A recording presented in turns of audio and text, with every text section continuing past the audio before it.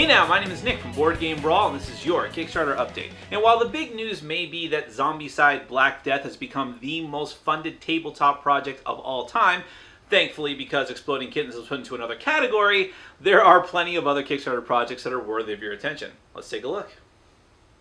Quinhead Games is bringing you the Carson City Big Box Edition. This is a deluxe version of their Old West themed worker placement game. It's got better graphics, better components, it comes with all the expansions right in one box. It's the perfect thing for people who love Carson City or have been trying to get into it for some time. Now that would not be me. I do not fall into those categories. I never had an interest in this game. I don't like Old West themed board games. But I am still interested in this Kickstarter project because some of the other games you can add on to your pledge, like Warlock and Xanadu, are really hard to get here in the United States, and this might finally be my chance to get a hold of those. So if you're falling into one of those two camps, check out this project. Victory Point Games is bringing you Dawn of the Zeds 3rd Edition. The theme of the game is that the small town of Farmingdale is beset by these zombie-like creatures known as Zeds, and you need to gather the townsfolk and push back the horde.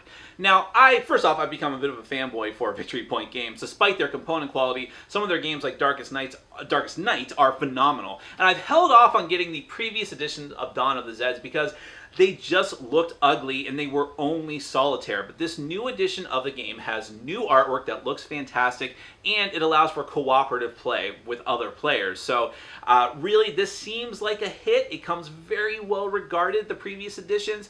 I'm excited about it. Now, I firmly believe that there are some US game publishers who just know how to put out hit after hit after hit, regardless of whether or not the games in question are original games from their imprint, or if they're just games imported from another country where they had already been released. And there is a skill there in having an eye for talent. Unfortunately, some US publishers only get one part of that equation right. And such is the case with GameSalute, who I really think does not put out a lot of good quality games from their own imprint, but at least in the case of Keyflower, they know how to pick an already determined winner. Keyflower is an excellent Euro game. I'm not entirely sure I love it just because it's not typically my type of game, but it is very well designed, and somehow GameSalute got a hold of it. It is a top 100 game on BGG, and with good reason. Although it has been between printings for a while now, you finally have a chance to pledge on Kickstarter to get another edition of it, together with its expansions, in the appropriately titled Kickstarter project.